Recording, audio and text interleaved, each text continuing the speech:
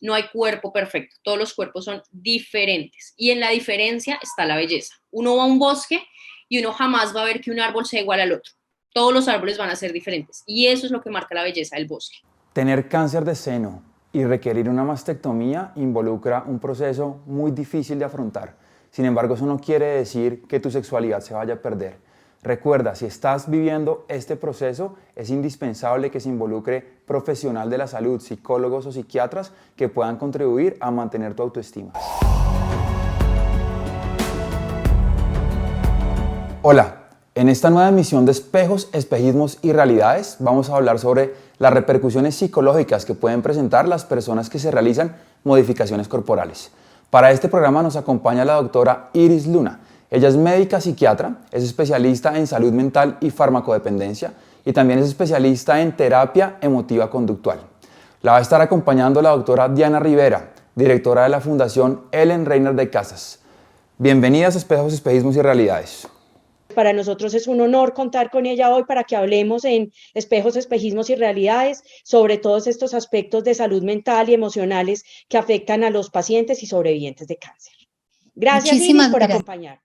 Muchísimas gracias por esa lindísima presentación que me haces. Pues lo primero que te quiero preguntar, desde tu experiencia, ¿cuáles son los principales problemas de salud mental que afectan a una persona cuando recibe esa noticia que tiene una enfermedad oncológica? Mira, es muy importante la pregunta que me haces porque además existen una cantidad de efectos y una cantidad de respuestas en los individuos. Pero aquí hay una cosa que es muy importante tener en cuenta, es previamente a ese diagnóstico de esta enfermedad, hay que analizar cómo era la persona, cuál era la relación que tenía con su cuerpo, o sea, cuál era su imagen corporal. Por otra parte, si tenía antecedentes de algún tipo de patología psiquiátrica, por ejemplo, cuadros de depresión, cuadros de ansiedad, un trastorno de la conducta alimentaria, un abuso de sustancias psicoactivas, porque eso va a hacer que cada caso sea una cosa individual.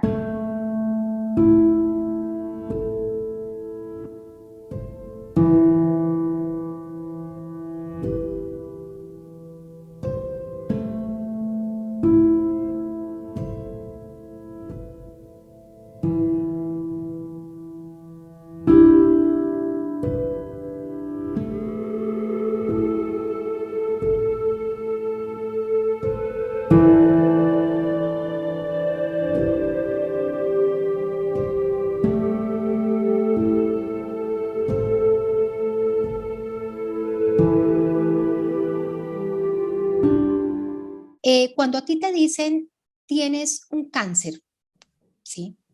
Lo primero que viene a tu cabeza es la palabra muerte. Después viene la palabra mutilación. Pero si nos ubicamos en la mujer y pensamos en la trascendencia que puede tener una enfermedad oncológica, vemos que hay muchos imaginarios y que existen muchos mitos y muchas historias alrededor de la feminidad, porque tiene que ver con la capacidad de ser madre, tiene que ver con la idea de feminidad, tiene que ver con la idea de pronto de estoy vigente en el mundo sexual.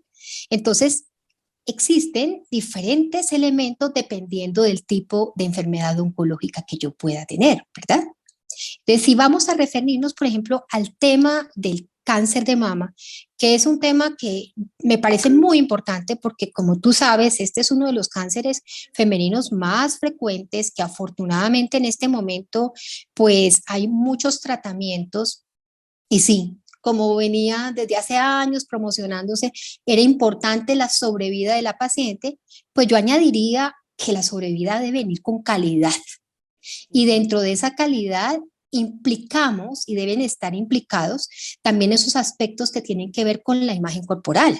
Fíjate que infortunadamente, si solamente nos centramos, hay que salvarle la vida. Entonces la quimio, la radio, la mastectomía, etcétera. Y nos olvidamos de una cosa muy importante que es esa representación del cuerpo estamos dando un tratamiento inconcluso, incompleto. Y esto es un aviso a mis colegas, a los médicos, a los oncólogos, a los ginecólogos, ¿no? Para que pensemos en el momento en que vamos a dar esa noticia, si tenemos una respuesta a estas preguntas que son tan complejas, ¿no? Mi sobrevida, mi futuro y mi cuerpo. Ahora, si hablamos de una enfermedad oncológica y la ubicamos en la mama, pues yo he visto varias cosas que son bien interesantes. Fíjate, se presenta cuando a ti te dan el diagnóstico, estás aturdida, tú no sabes para dónde coger. Empiezan a aparecer una cantidad de imágenes y de ideas de películas que has visto, de situaciones, y tratas de ubicarlas en tu propia vida. Y es curioso porque a mis pacientes, por ejemplo, me preguntan, doctora, es que seguro que se me cae el pelo, no hay ningún tratamiento, ¿será que si yo me aplico Salomé no me lo tengo que cortar? Es que mi pelo es tan divino. Y fíjate que no me están hablando de la mama, me están hablando del pelo, del pelo. Y para muchas mujeres eso, parte del tratamiento también tiene que ver con esa imagen corporal. Se le van a caer las pestañas, se le va a caer el pelo y están muy enfocadas en ese tema, ¿no? Hay otras pacientes que sienten que hay una fractura en ese imaginario corporal. Y esto está relacionado con la desaparición de un órgano que es muy valioso para las mujeres y que está vinculado a una pérdida de este atractivo personal.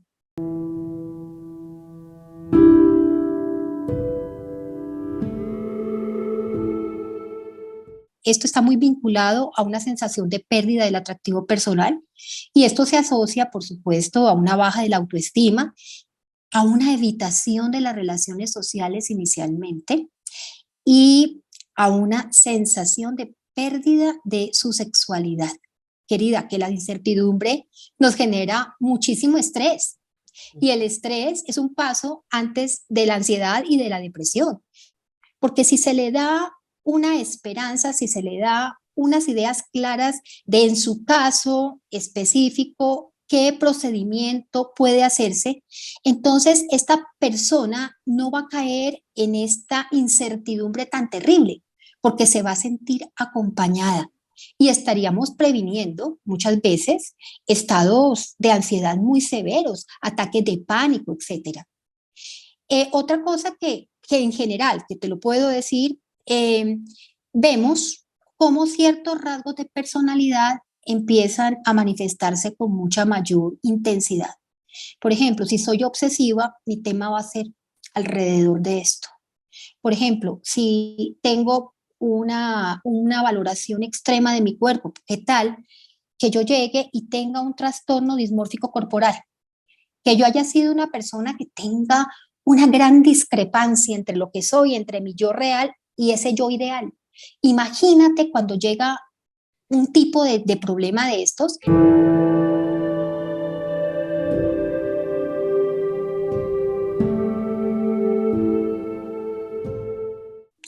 Es demasiado importante. Yo cuando trabajo con estas pacientes, lo primero que hago es llamar a la familia, a los hijos, al marido,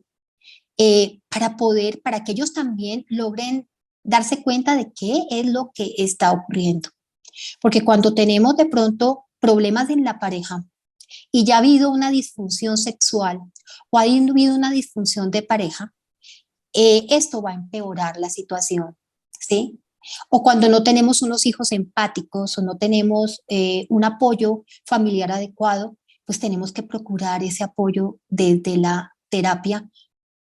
De hecho, a mí me parece esto muy interesante porque hace algunos años estuvimos trabajando con el doctor Diego Castrillón en la validación de un test que tiene que ver con un test de la imagen corporal. De hecho, a mí me parece esto muy interesante porque hace algunos años estuvimos trabajando con el doctor Diego Castrillón en la validación de un test que tiene que ver con un test de la imagen corporal. Ya hablamos de las mujeres, de la red de apoyo, incluso las relaciones con su esposo, con su pareja. Vámonos para el caso de un muchacho que está en un hospital, 14, 15 años, una niña a la que le dicen que le tienen que cortar su pierna, su brazo, que de pronto le tienen que hacer alguna cirugía ocular. Hablemos un poquito de cómo se afectan ellos ante una transformación. es una idea que inmediatamente golpea a la autoimagen, a esa, porque fíjate que la autoimagen es algo muy interesante. Es un constructo que no solamente tiene que ver como cómo me veo, sino mi percepción íntima acerca de, a ver, esto, ¿qué valoración tengo yo de mi cuerpo, de esta parte de mi cuerpo? Estas personas de alguna manera tienen como más probabilidad, es muy interesante, tienen más probabilidad de adaptación. Ahora, los efectos pues pueden ser los mismos en el sentido de que pues van a tener una disrupción, una fractura con la imagen de su cuerpo en primer lugar. En segundo lugar, puede haber una etapa de duelo que hay que vigilarla, que es muy importante, de ya no tengo esta parte de mi cuerpo y acuérdate que anexo a eso, si estamos hablando de una mutilación de una pierna o lo que sea, vamos a tener el síndrome del miembro fantasma, que eso es un síndrome doloroso, incómodo, bastante complejo que hay que entrar a trabajar. Depende de quién sea el chico, depende de cuáles sean esos orígenes, esos aprendizajes que haya tenido dentro de su familia, depende también del apoyo psicosocial.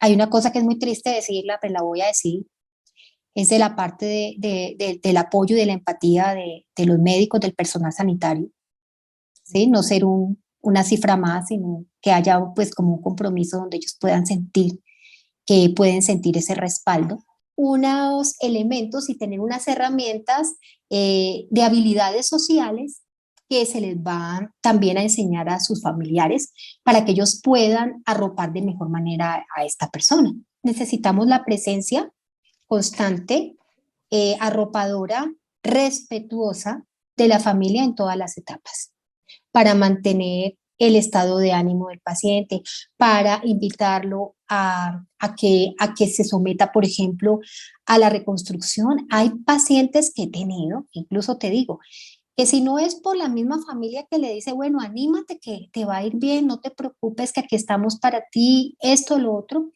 tienen demasiadas prevenciones, mucho susto.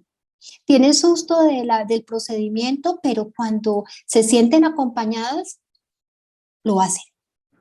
Y la otra cosa, pienso yo, no solamente la parte de la familia en general, hijos, que sobre todos ellos va a haber un impacto y hay que trabajar con ellos en talleres, acompañándolos, enseñándoles técnicas, todo lo demás. Yo creo que también el tema de la pareja es fundamental, porque hay que ver cuáles son las expectativas que tiene, por ejemplo, el esposo. Desde tu experiencia y desde todo lo que es el manejo con los pacientes, adolescentes, señoras, señores, ¿cuáles serían como unas recomendaciones que tú le darías a esa red de apoyo familiar o a esa red de apoyo que no necesariamente tiene que ser familiar, sino amigos, personas súper cercanas, Sí. de un paciente oncológico que sea de 0 a siempre, porque puede tener entre 0 años hasta 90 años, que tiene que ser sometido a una cirugía que involucra una transformación corporal? ¿Cuáles serían esas recomendaciones? Bueno, yo creo que hay unas básicas y la primera sería un acercamiento al equipo de médicos que está haciendo el diagnóstico. Esto es fundamental. Como esto genera, lo primero, una gran incertidumbre y una gran expectativa, es en el mismo momento en que se está sospechando el diagnóstico, es fundamental que se involucre a la familia. Esto es fundamental. Fíjate que cuando uno mira lo de la red de apoyo, cuando yo he hablado con los familiares de los pacientes, eh, lo más importante es que ellos puedan expresar sus temores, expresar sus emociones, metabolizarlas, porque si no lo hacen, esto va a generar diferentes conflictos, no solamente a nivel familiar ni a nivel interpersonal, sino para el paciente. Cuando a uno le hace un diagnóstico de cáncer a alguien o cuando alguien tiene un diagnóstico de diabetes mellitus complicadísima y tienen que amputarlo, esa persona era trabajadora, esa persona aportaba económicamente o hacía determinadas cosas, entonces el ambiente familiar se ve afectado. Por eso es tan importante involucrar a la familia. Yo diría que desde el mismo momento del diagnóstico, ¿verdad? ¿Y Antes. cuáles serían las recomendaciones también para esa misma red de apoyo? pero ante un sobreviviente que puede estar enfrentado a una recaída?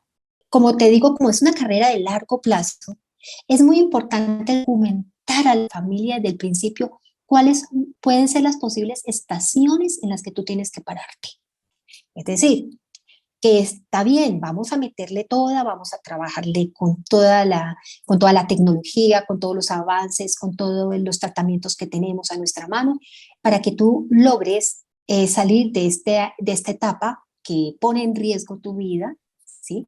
Y que puedes llegar a tener una remisión de tus síntomas si estás bien.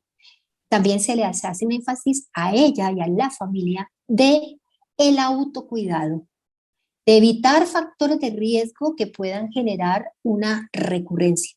Bueno, pues gracias, Iris. Gracias por esta charla, que espero que sea la primera de muchas que vayamos a tener.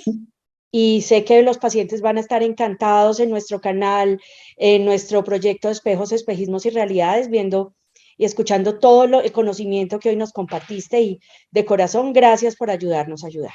Muchas gracias a ustedes dos por esta maravillosa entrevista. Muchas gracias a ustedes por acompañarnos nuevamente en Espejos, Espejismos y Realidades. Los esperamos en el siguiente programa.